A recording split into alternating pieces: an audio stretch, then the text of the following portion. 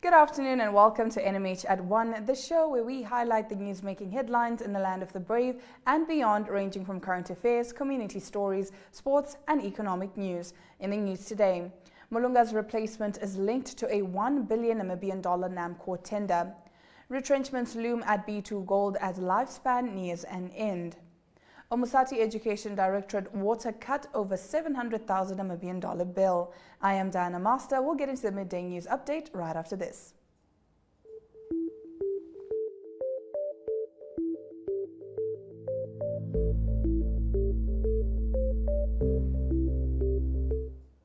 In today's midday news update, the President of Namibia is currently visiting the Karas region. Benjamin McKay delivers the welcoming remarks. This clip is courtesy of the Namibia Broadcasting Corporation. Director of Ceremonies, ladies and gentlemen, we also are extremely happy to have all the stakeholders here with us today. Your Excellency, we are most grateful and humbled by your deliberate decision to visit the mighty Karas region, and in particularly the town of Ludrets, with the intent to enlighten the political leadership of. Remember to engage with these stories on our social media throughout the broadcast. Visual news coming up after the break.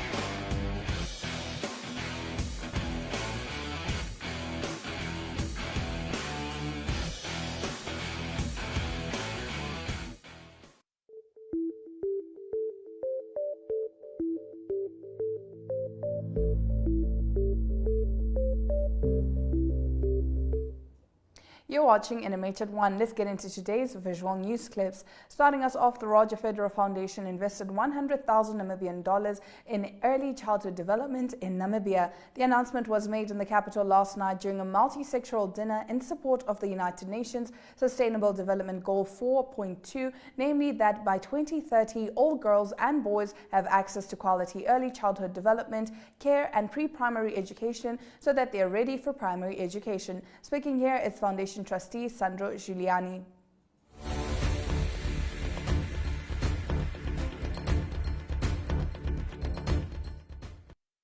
So one fact we know is that 80% of the brain, 80% of the brain is developed in the first 5 years. So it's a lot. It's really a lot. So what happens there is really a solid foundation. You can always catch up, but it's hard. You need to struggle to catch up. So the 80% the first 5 years. I think this is the key factor. The second one, what we also learned from research, is that schools, unfortunately, are not in a position to close achievement gaps. This was the big hope, that schools can close achievement gaps, but they cannot. So if somebody enters with a disadvantage into primary school, it will persist and increase over the years. So this is the second one, which is really key. So it's not just the development, it's also the persistence and the increase of the disadvantage. Thirdly, we know, especially from the research of Nobel laureate Jim Heckman, that it also has a very ECD, early childhood development, quality early childhood development, has a very strong effect on health outcomes, on addiction, on obesity, on all the elements important for health. Connected to all of that, and we know also from a very recent study in Jamaica that there is a 25% higher income probability if you went, especially as a disadvantaged child, if you went through a quality ECD environment. 25% is a lot. And we just heard before, doubling a situation can mean a tripling of effects, so 25% is a lot also. So all of that, and this is especially also for the representatives of the private sector, ECD is by far, or not by far, but one of the investments with the highest return on investment. You have factor 8 return of investment. It's not by coincidence that the colleagues from the World Bank, they can testify that the World Bank is qualifying ECD as a precondition for macroeconomic development. So it is, I was honored to be together with the president of the World Bank, Jim Kim, at that time in 2015, when he was rallying for building the grey infrastructure of the country. With grey infrastructure meant the brain infrastructure of the children. So this is all facts that we have.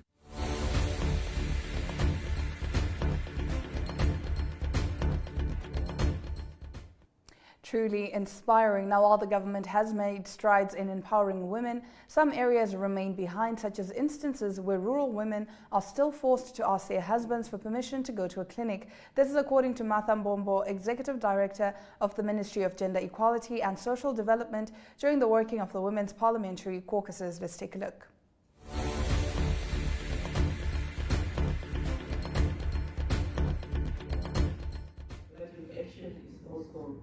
Implemented in these cases. Equal rights with men to access healthcare services is very important. We know it. We know it in the rural areas, some rural areas. A woman cannot go to the hospital without permission from the husband. Yes, it happens. You have to get permission from your husband to visit the hospital, and you have to be told what to go and say, what is your problem. And when you come back with the medicine, you may not take that medicine without the permission of the husband. It is so serious. So we have a lot to do in some areas, not all the areas, in some areas. Equal rights with men to economic and social benefits. Yes. Eliminate discrimination against women in rural areas. This is very, very key, and I think we also have a concluding observation on this one, so that they can benefit from healthcare, education, social security equally with men. So the last two, I think, women and men are treated equally before the law. That is very, very important. There is no discrimination to access justice services by both women and men. Especially also the access the cost of legal services.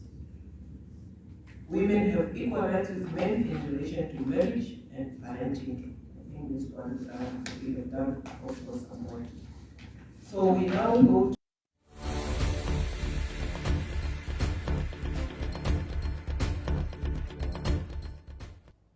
Getting into our next video, Sebastian Gericke, a pediatrician and one of the organizers of the Irongo Region Maternity and Newborn Health Symposium, explained why they hosted the symposium and what they hope comes from it.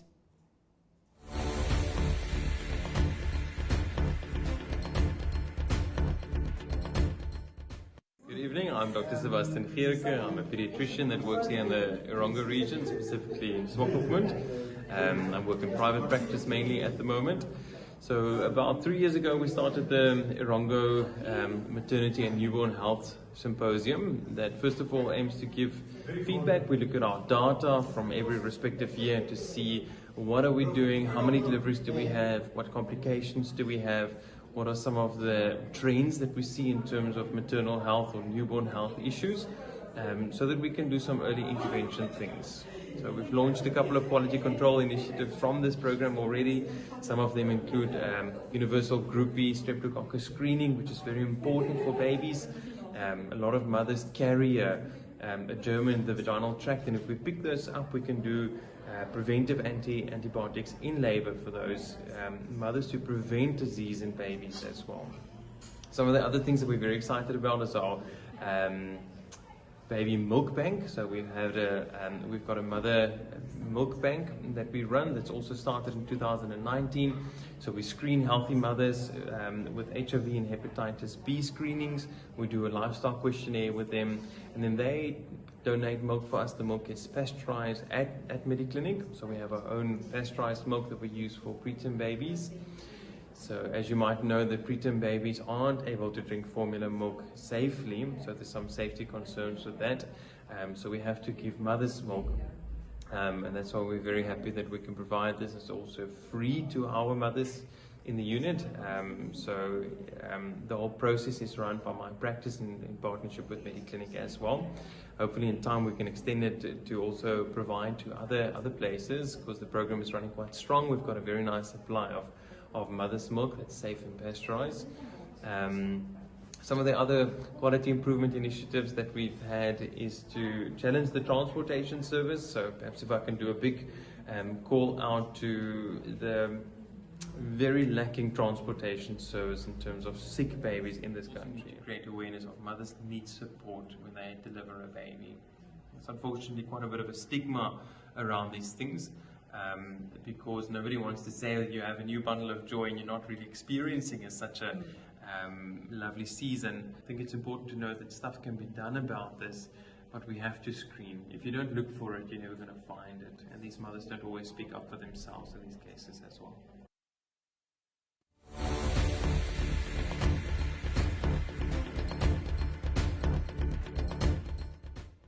Bernard Esau throws his protege Ngipunya under the bus. An update on the story follows in the newspaper review segment after the break.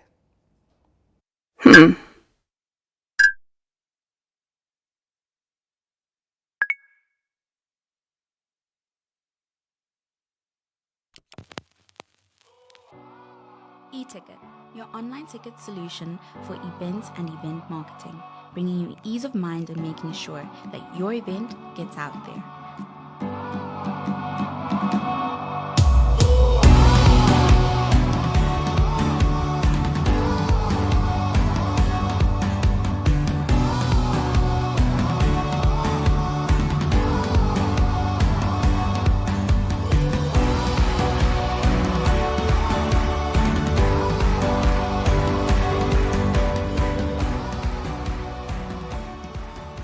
For more information, contact events@nmh.com.na.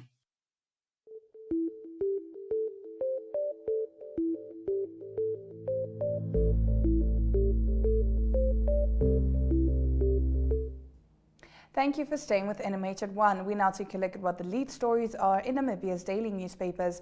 Starting us off, the Namibian Sun's front page reports that former Fisheries Minister Bernard Esau yesterday accused former Fishco CEO Mike Ngipunya of using his name in schemes for which the pair and 8 others are now facing prosecution. A joint bail application by Fishrot defendants Nigel van Wyk and Esau will resume on the 22nd of May after Esau testified yesterday that he did not give instructions for alleged underhand transactions.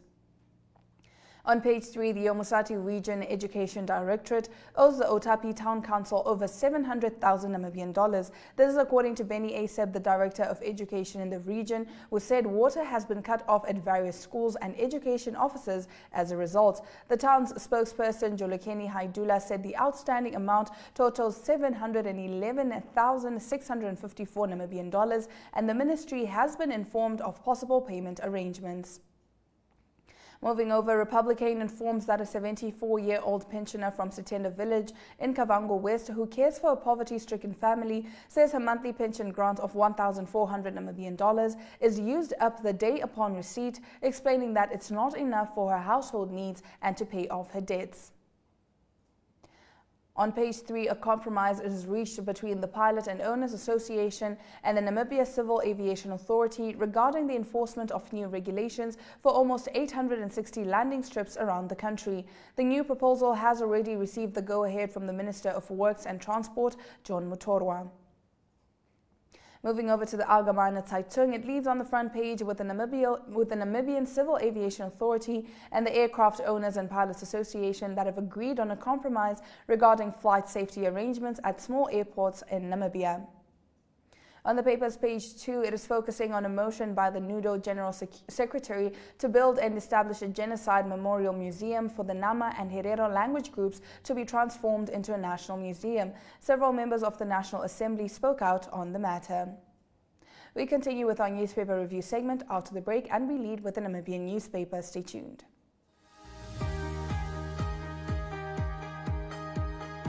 The Regional Review brings you news, views, and interviews from NMH correspondents from across the country.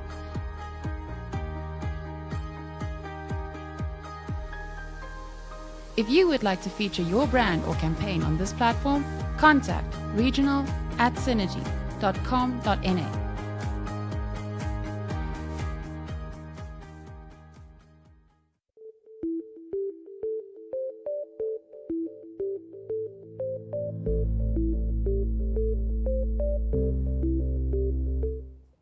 Getting into the second half of our newspaper review, the Namibian newspaper reports that Namcor acting managing director Lionel Matthews is listed as an advisor to a consortium that won a $1 billion Namibian contract to build, finance, operate and maintain oil depots for the national oil company he is now leading. This has brought to the fore concerns over a conflicting interest. The tender involves the construction, operation and maintenance of Namcor fuel storage facilities at Ondangwa, Gobabis and Windhoek for 15 to 20 years. On the paper's page 3, law firm Sisa Namanja & Co. has declined to comment on its next steps following the passing of 12th April, the date the firm has set to take the Ministry of Justice to court. This comes after Evan Angolo Philemon, a legal aid lawyer, made controversial remarks on Twitter about the Damara people. A certificate to appear as legal aid counsel in court was subsequently revoked by the Justice Minister, Yvonne Dausab. Onto the new era B2 Gold Namibia, which over the past few months had battled worker unrest and uncertainty over the future of the Oshikoto mine due to its limited gold resource, will commence with a phased mine closure process. This will affect the mine site and Windhoek office staff. Workers will be retrenched through the closure process. However, the workers' union claims have not been consulted. On page 3, the Ocho municipality will on Saturday inaugurate its satellite service center that will provide basic social services to residents of the town's informal areas. The municipality's Strategic Executive Director Officer for Corporate Services, Bartholomeus Kaibeb, in an interview with Nampa, said the Ocho Legacy Center, to be officially inaugurated by President Hage Geingob, is situated in the center of the 7 informal settlements. On to Market Watch, Namibia's annual inflation rate averaged 7.1% in the first 3 months of 2023, compared to an average of 4.5% recorded in the first quarter of 2022, and an increase of 2.6 percentage points, according to the Namibia Statistics Agency. March 2023 registered an annual inflation rate of 7.2%, the same rate recorded the previous month. In March 2022, inflation came in at 4.5%. The Bank of Namibia expects inflation to average 5.3% in 2023. After the break, we get into Capricorn Foundation launching its food waste challenge.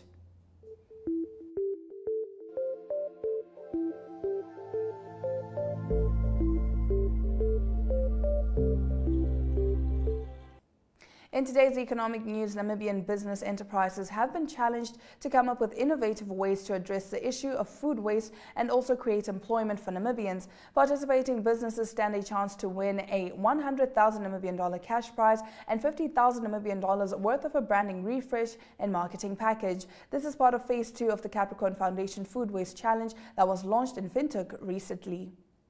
Now let's take a look at the economic indicators.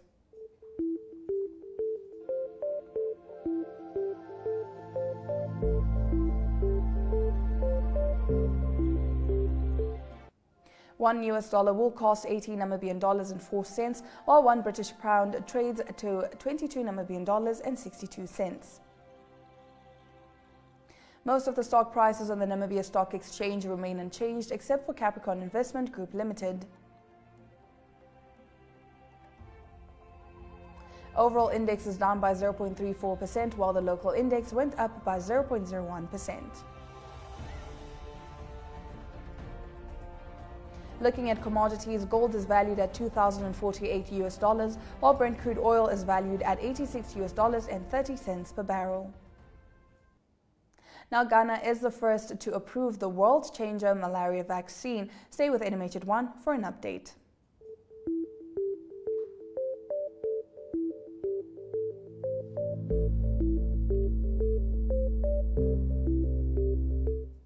Getting into news from Africa, jihadists affiliated with the Islamic State group have taken to Demeni in Mali, further isolating the regional capital, Menaka. This is according to officials and witnesses who spoke on Wednesday to AFP journalists. Tidemeni's fall follows months of fighting by the Islamic State in the Greater Sahara to seize the northeastern village of a few thousand inhabitants, some 75 kilometers north of Menaka.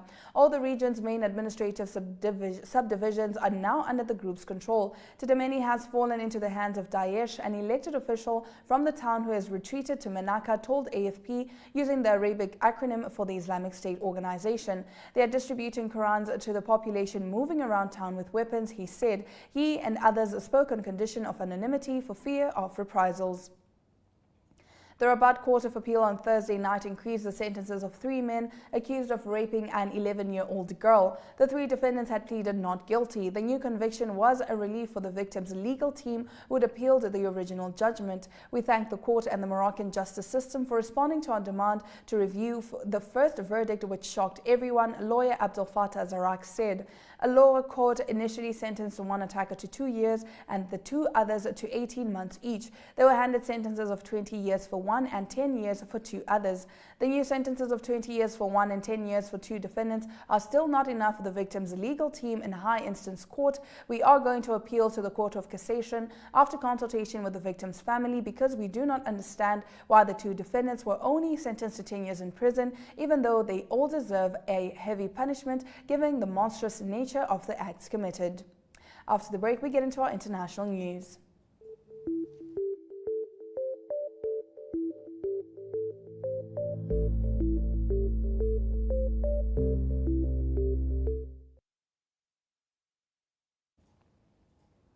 Getting into our international news, Algeria's parliament has approved a new media law that tightens control over the work of journalists and imposes new restrictions. While the government said the law is key to ensuring the free exercise of media activity under legal controls, Reporters Without Borders said the law included negative chapters that constitute a violation of press freedom. The law bans the Algerian media from receiving any funding or material assistance from any foreign entity. Communications Minister Mohamed Bouslimani said the law aims to enshrine freedom and pluralism of the press and protect it from all forms of deviation. The new law de facto excludes dual nationals from the right to own or contribute to the ownership of a media outlet in Algeria. Now, former United States President Donald Trump spent nearly 7 hours answering questions in a New York lawsuit that accuses him and 3 of his children of fraud, according to his lawyer. Trump's deposition on Thursday came a week after the former president's historic indictment in an unrelated criminal case regarding hush payments to adult actress Stormy Daniels. New York Attorney General Letitia James has accused the former President Donald Trump Jr., Eric Trump, and Ivanka Trump of lying to tax authorities, lenders, and insurers for years as part of an incredible fraud at the Trump organization. Trump arrived at James's office before 10 a.m. for the deposition, which was conducted in private, and returned to Trump Tower, his New York residence and headquarters of the Trump organization, a little after 6:30 p.m. Trump previously attended James's office in August, during which he refused to answer most questions and invoked his right to silence several hundred times. After the break, we return with our sports news.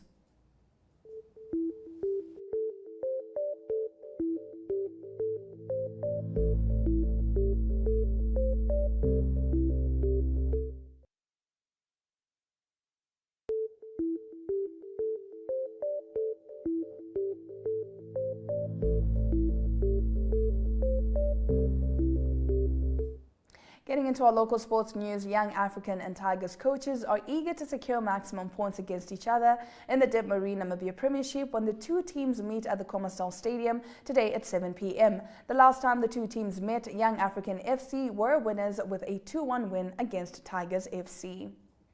Stick around because we get into international sports right after this.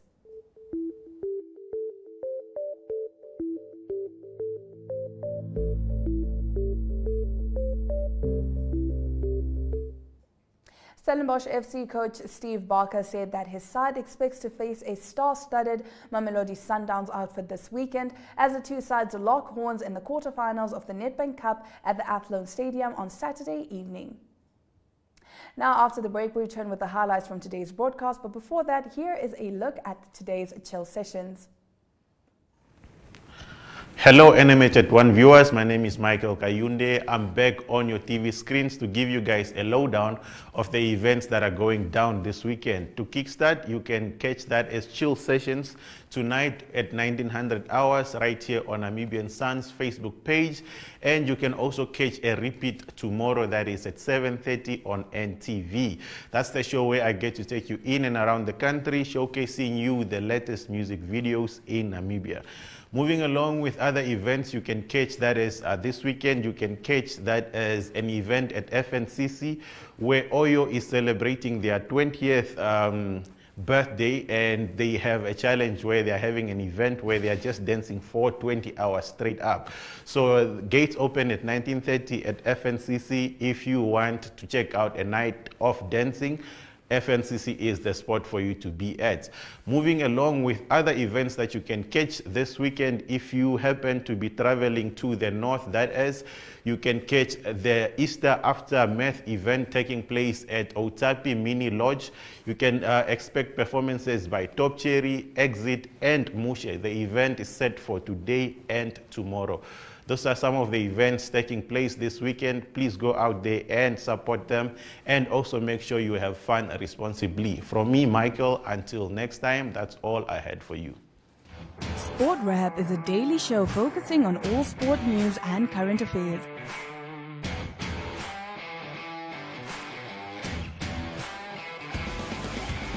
If you would like to feature your brand or campaign on this platform, contact sportwrap@synergy.com.ma.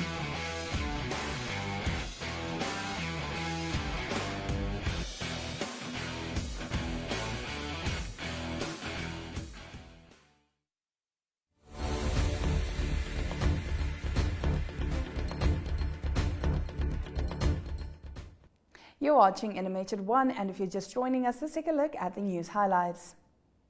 Jihadists affiliated with Islamic State groups have taken to Dameni in Mali, further isolating the regional capital, Menaka. This is according to officials and witnesses who spoke on Wednesday to AFP journalists.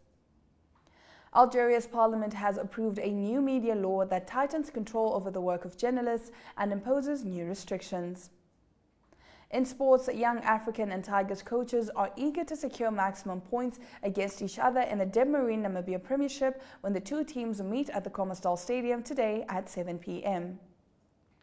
Those have been your highlights. Remember to tune in every weekday at 1 p.m. to spend your lunch hour with NMH at 1, catching up on the latest news in Namibia, Africa, and the world, ranging from current affairs, economic news, sports, and international headlines. It's goodbye from us in studio, and we wish you a lovely weekend ahead.